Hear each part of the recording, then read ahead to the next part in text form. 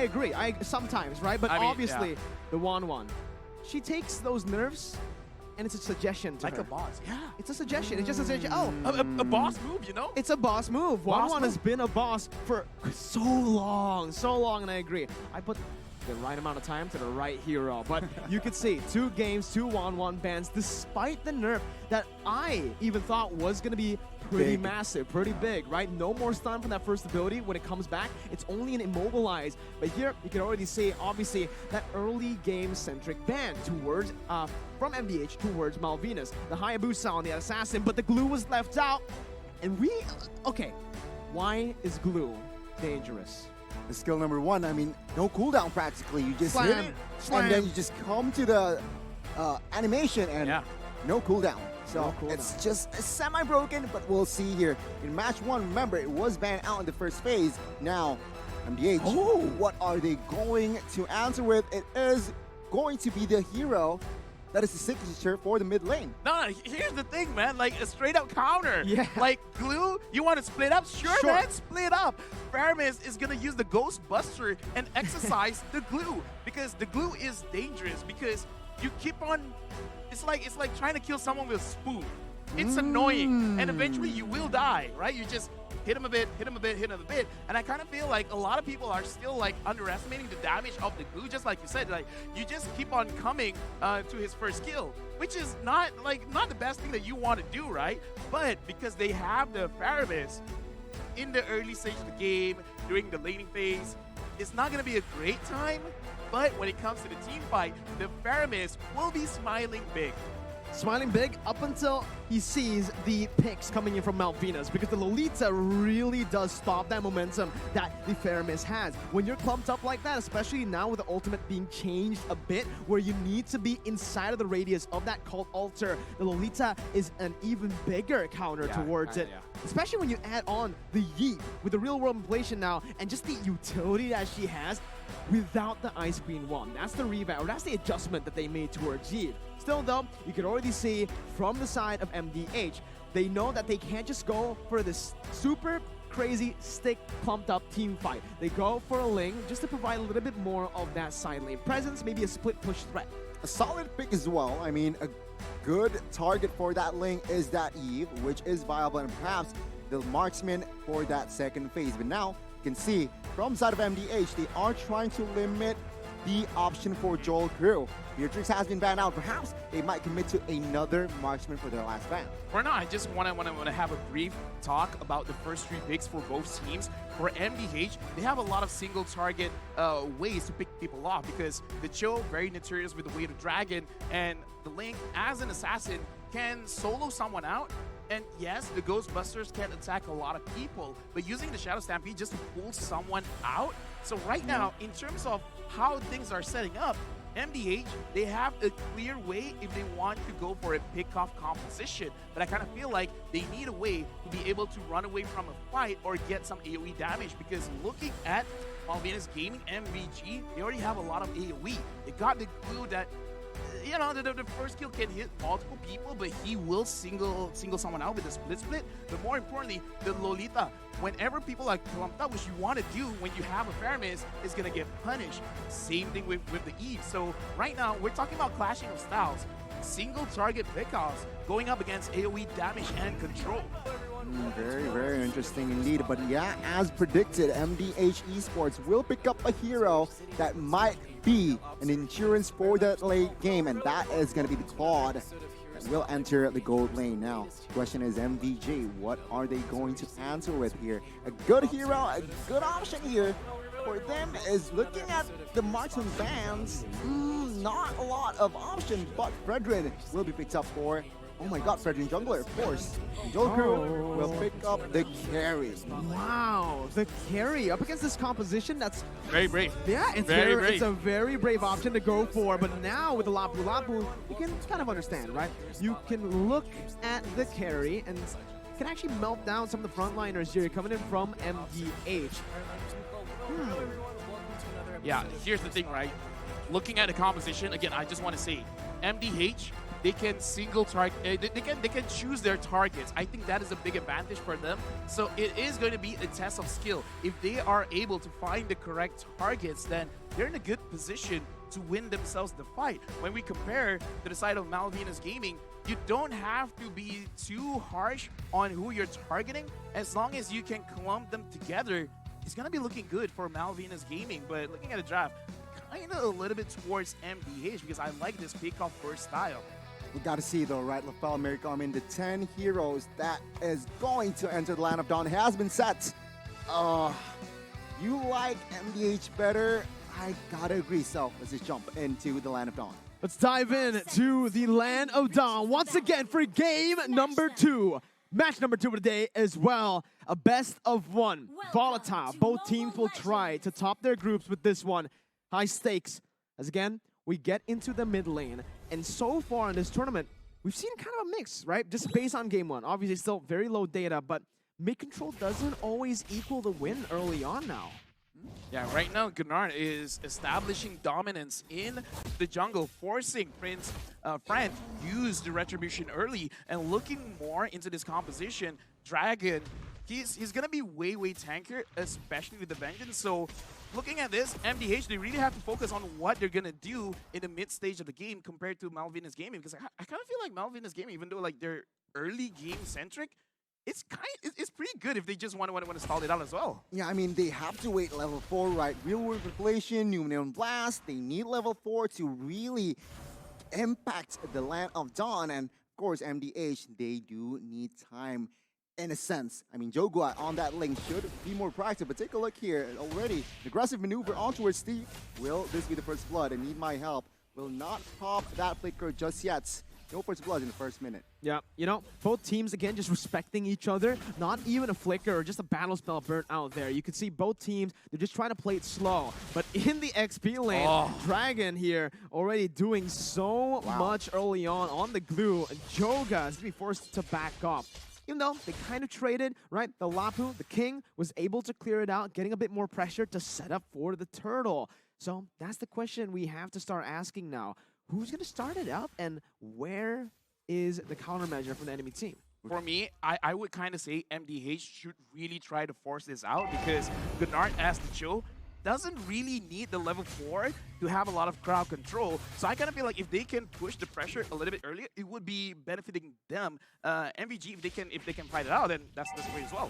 Yeah, good rotations already from the side of both Malvinas Gaming and MDH, but it is going to be Malvinas who starts the Turtle up. The King already popping in that Bravest Spider. No ultimate for this fight as Nart tries to open up the map. Will be stunned up by Stephis. Nart looks for a play. Jumps in with the way to Dragon, bringing Harley back, and that's going to be Numenor Blast as well. Time to Blaze popped into the back, but it's going to be the Numenor Blast connecting on the 3 members. It's still Joga who finds the Retribution. Goes on to Steffe. It's a 2-for-1. Joga now still in the midst of it all. Dragon dealing so much with the split. Nart knocking him up, getting out with the Shampoo as the King jumps in. Prince Friend is low. Joga's low too. They're just going at it, and it is going to be MDH who wins it in the end. A slam in the end as well to smack Joga in the face to get a trade back. A good setup from Nart initially. Targeted the Yves, gets it, and he gets taken down early, which means MDH can force a little bit more fight. But MVG managed to find some compensation, taking down a member, and let's see. It's a reset for both, but MDH is still in the lead. Yeah, like I like that both teams are playing towards their own advantages, right? Because MDH tried to secure the mid laner first, picking it off first is very good. But we definitely see the power when it comes to MVG just by having this glue. Like, oh my god, like even the lane's like, please don't run away. I haven't been meta for so long. Let's fight. Dude, you can see the glue practically just carried that team fight, right? He was 1v3 and he didn't even have the Vengeance for the fight. So imagine with the Vengeance how much of a threat the glue is.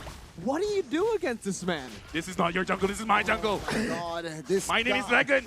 I'm the jungle for this one. Yeah, you can see 4 members have to come over towards the purple side as now Nart jumps in, dishing out some damage, bringing it back, but it's just a split, and he saves the Vengeance. It's all good, man. God. If 4 people were there, ready to initiate, and even he's like, and a Faramis. Yeah, it's like, I'm gonna split. This glue, man, in this update, it's again a very prio hero. Let's see though, MVG, can they extract this hero? Because actually, MDH, their rotations aren't bad, right? No. Let's see, the second turtle, who will get it?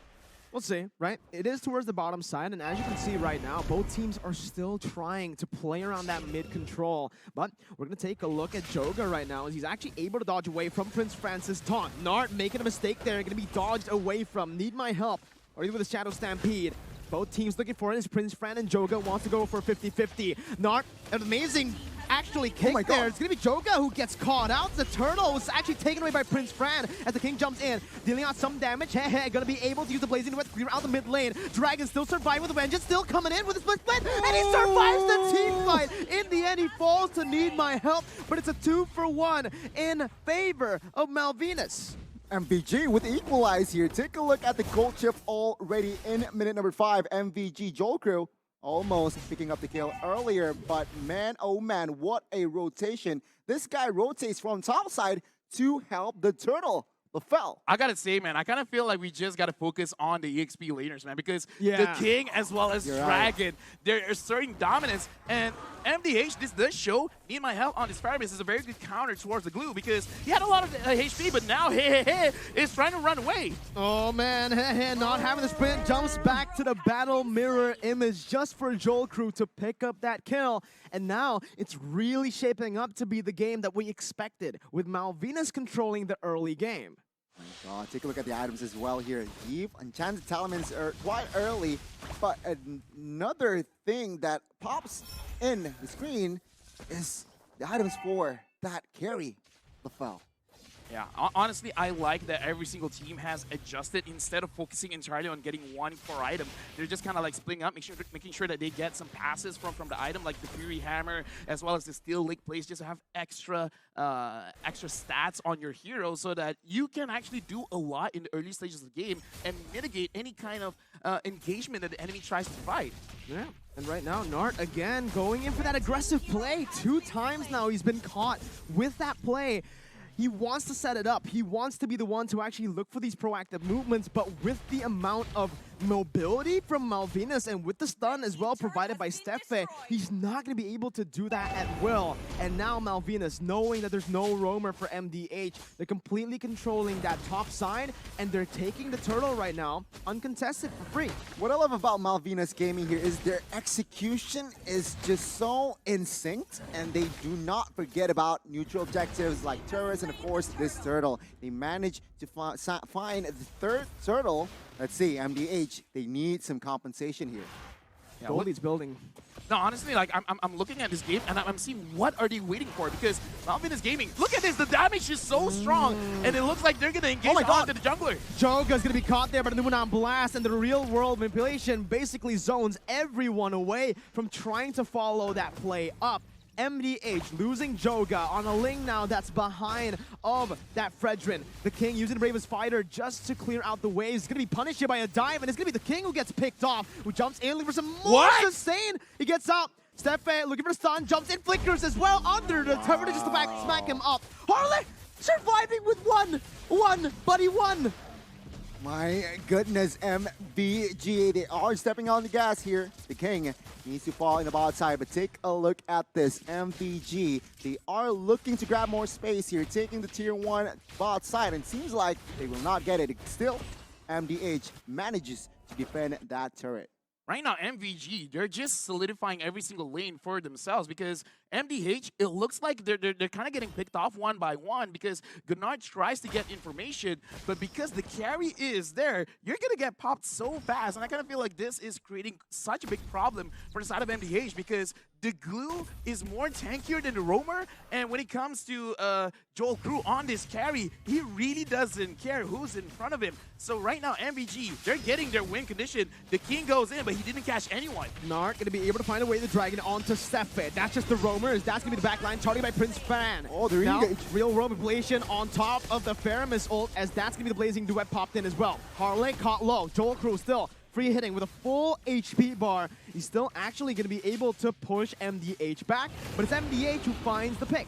Man, I can see why carry has been such a prior today. Remember, in the first game, Carry was also picked up by Blacklist. Now, another team fight is brewing up here, Mirko. No, Seems it's not like a team fight when there's Dragon, right? That's It's just, true. hey, he walks He's wherever he wants harassing. to He's go. harassing the members of MDH. But again, the First Lord is up now. It's very, very critical situation, especially for MDH. Nart looking for the play, gets Prince Fran right there, but there's no follow-up as that's the real-world inflation that actually locks them down. Need my help with no cult altar. Gonna be gunned down. That's the damage coming through, and is gonna fall for the second time in this game to Jokru, who's absolutely massive right now. MDH, how do they contest for the turtle or the Lord now? Honestly, I kind of feel like they gotta slow things down a little bit Yeah. because they've been, okay, even in the fight where they're all clumped up together, somehow MVG forces MDH to go left and right, never together. So far, we've seen MVG controlling the movement of MDH. You guys have to split up, and when they do split up, it's usually the damage dealers all alone, making it so that they're very vulnerable to any kind of damage coming in from MVG. So right now, MVG, they're telling MDH, you go left, you go right. Yeah. I'm shot calling for you. I mean, you're right, MDH. They need to pick their battles here. They do not want to get driven by the side of MVG. MVG now, with the Lord push, has established a 3,000 gold lead. But take a look at this. Another purple invade, perhaps. Nart again in the midst of it all, gonna be actually melted down there. That's Jokru dealing so much. The Cult Altar just to save him as Joga gets out. Doesn't get the purple buff, however. It's still Prince Fran who wins out that retry battle. And it is getting from bad to worse from MDH, with Malvinas completely controlling the map and even claiming MDH's jungle. Yeah, right now, honestly, man, I gotta say, this is just the second game of the day, but we can see the strength of Carry as well as Blue. MVG, they're sticking to their guns. They're actually trying to get one of the turrets here, but it looks like a very good defense coming in from MDH, but no, never mind. The King got caught, and the King is taking so much damage, but he still survives. What is that damage, my guy? Oh my goodness, Jokru is an absolute monster on the carry right now. You can see here MDH already executing the split push potential that they have, because take a look at the items, take a look at the gold Wow. here. Carry 8,000 No gold. golden staff yet. No golden staff No yet. golden staff Exactly. yet. So this is crazy. Like, Explain. okay, here's the thing, right?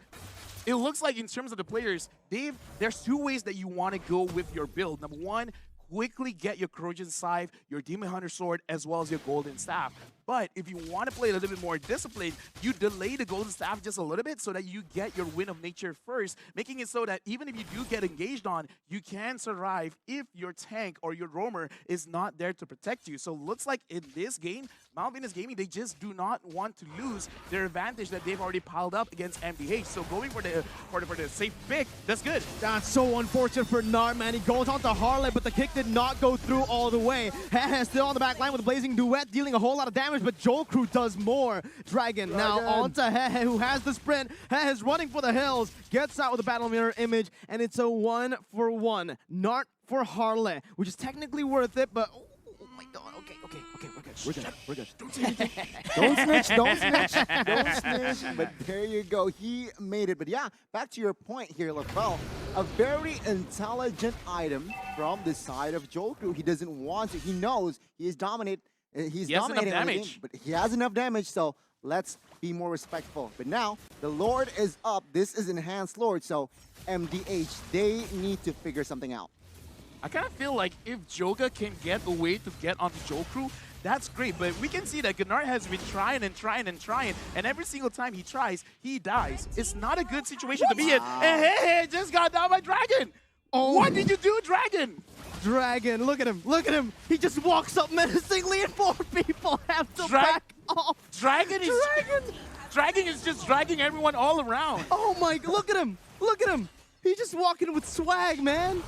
He looks like he doesn't care. He doesn't care. He dragged Hehe from the mid lane all the way back to the base. He doesn't care, man. He doesn't care. It's a good mindset to be in when you don't have to care. This is why you ban glue. I feel like in this match, in this current tournament, if you're the first pick, you should prior glue, and if you're the second pick, you just ban that glue out. Let's see here, the offense and defense for both teams seems like MVG. With this goal established already, they might take 2 basers if they're lucky. If MDH screws up, let's say.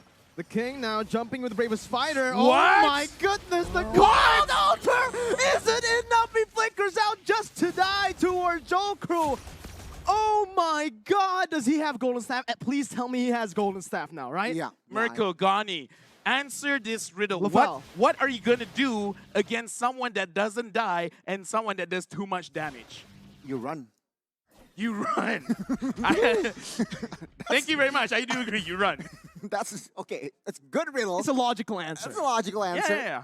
Exactly. But let's It's not see. the answer I'm looking for, but it's logical. Okay. What's the answer you're looking for? I'm looking for an engage by MVG. And they are doing it right now. Need my help. Gonna be taken down. Nart now still trying to zone the other members away. Jumps in with the G Kundo, but is not gonna be able to find the way to Dragon as the King jumps in with the bravest fighter. But again, it's just a Cult Altar defensively. There's no counterplay right now towards what God. Malvinas are doing. They're even just walking into turret range of the base turret, dishing out some damage, sieging it down with no minion waves. They are absolutely controlling this game. Looking bleak for MDH. They are now behind 6,000 gold. Oh my god, another engage. Again, Dragon here, he just jumps in and he is going to be able to zone away with a nature pop, but that's the magic damage coming through. Jolcru, free hitting on the back, getting the double. The King, who has the damage reduction, will not be able to survive this. That's the mid-base turret taken out without a minion. A single minion wasn't necessary for Malvinas. It's a triple kill over to Jolcru. Joga and Need My Help now trying desperately to save the game. Dragon still able to jump in with a slam. Jolcru targeting the base, and it's going to be Malvinas Gaming who tops their group for now. 1-0 up against MDH. The runner-ups from Latin America managed to squeak the win here in our second match of the opening day. Congratulations, but my god, what an execution by Dragon. They just force themselves towards victory. They just walk up and be like, if you guys want to fight, we will accept the fight, but you have to accept that you will lose. And that's the problem. It's like Glue never dies, and Carrie believes that there's nothing that you can do to save yourself. Cult Altar doesn't exist. You got a flicker, barely matters. Barely matters. You know, I want to believe that the carry had full items the entire game because that's what it looked like for the most part. Yeah. The amount of damage that Jolcru was able to dish out was absolutely insane. Even towards the Lapu, right? Damage reduction. I mean, again, we saw carry in the first match, We but did. I did not expect the carry to be this deadly. Jolcru, what the heck, man? But again, props to MDH. I mean, Yeah. you try your best, but man, that carry is... I just feel like this is a draft dip, you know? Oh, yeah. Like, The glue. all you guys at home, if you solo rank a lot, pick this 1v9 hero, glue and carry. Pick someone that doesn't die, or pick someone that always forces death onto your opponents. Both are very good options. If you secure both, GG's, because at that game, Faramis is used to counter the glue. He died like, what, once? He takes the counter and he just takes it as a suggestion, right? Vengeance, it's optional. Fairness, counter, it's a suggestion, right? I shouldn't pick Glue up against Fairness. Nope. At points, I kind of feel like, I have a battle spell. I forgot it's there. I I mean, like, it's nice to have. It's nice to have, I guess. Later, perhaps. Maybe in a later Maybe stage. next game. Right? Tomorrow. Maybe. Tomorrow. Let's see. Uh, e- Man. Either way, we are gonna analyze this game a little bit more, Yeah. but I kind of feel like in terms of what we're gonna talk about, it's pretty obvious, right? Because this is a draft dip. And it's very interesting to see because even if you do have the counter for the specific hero, it looks like it has been adjusted to the point where the difference in terms of what you have to answer this problem is not enough. So bring this problem to the table, forcing your opponents to find solutions for this problem.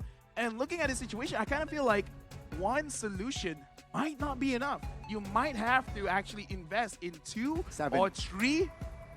7 would be interesting, right? But I kind of feel like 2 or 3 answers to the question, and I kind of feel like that kind of puts you at a disadvantage. Well, Ah. at least now we have some like we can explain. rough right? idea We can about- explain yeah. about Jolcru's damage because he actually did go full items. Oh, thank God! Because if he didn't, I don't know what to say, right? That damage output, even without the golden staff, was super impressive. But let's talk a bit about Dragon.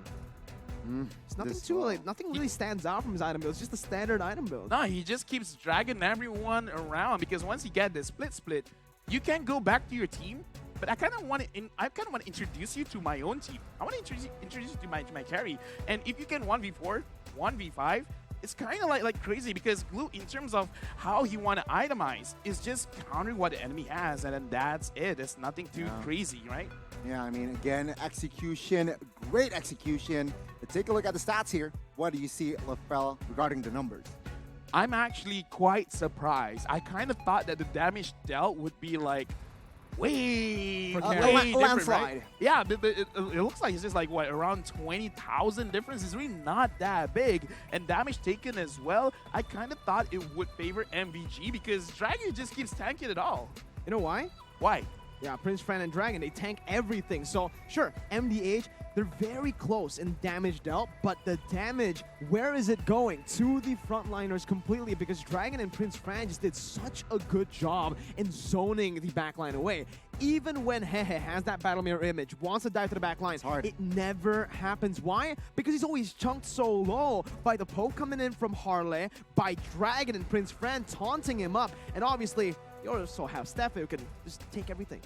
Yeah, so honestly, like, Need My Help did a lot in the game, but it's sad it's not enough. And right now we're gonna look at the MVP for this game is going over to Joel Crew with 733 gold per minute, 62% kill participation. He did not die this game, but he got a lot of deaths for the opponent team. I gotta say, Carry is usually mid towards the late game hero, but in the hands of Joel Crew, even in the early game, he was just popping off. Of course, assisted by the other members, but man, this guy's positioning, he is untouchable. A very, very strong showing here from the Peruvians, and man, I can't wait to see them back in Ganya action. is so impatient, man. Every single thing, like, I can't wait, I can't He just wait. can't wait. I He can't doesn't wait. want to That's wait. my middle name. That's his middle name. Gani Gani can't wait. Dot. Mobile Legends. Mobile Legends. That's your last name That's now. my, okay. Gani Mobile I'll take Legends. it, I'll take it. GML. GML, but let's take a look at the highlights here for the second match. Let's see. Can you wait for this one? I can wait, right. but now I can't. Yeah, I don't want to wait as well, guys. This is the total IQ of 6 on the table. Looking at this kind of game, I kind of feel like this is the kind of draft that we would want to bring, right? Because it's one of those things that you just do what you want to do with the glue and then try to finish it off with the carry. Right? Just do whatever you can. And MDH, I kind of feel like they have a shot. Yeah. If Gennard waits for Need My Help and Joga and then initiate together, it could have worked out fine, but they keep on splitting. I feel like that's the problem. They tried to be glue. They tried to split. You can see the miscommunication a lot in these team fights, right? Where some people are going in, but others are also backing off. It's never a single unit. It feels like it's just individuals playing without a shot caller, right? Yeah. It does seem that way. And you can see for Malvinas, it's the complete opposite. When they go in, there is not a single member who falls back. They all commit.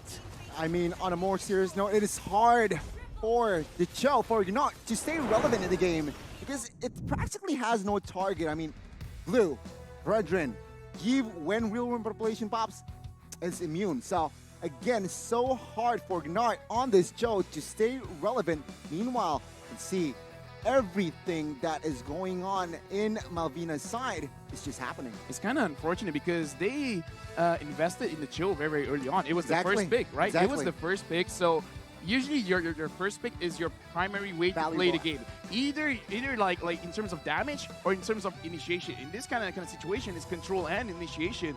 However, it does look like it's very telegraphed. Yeah. Knowing when the Chill comes in is like, if you want to come, I'm going to run away.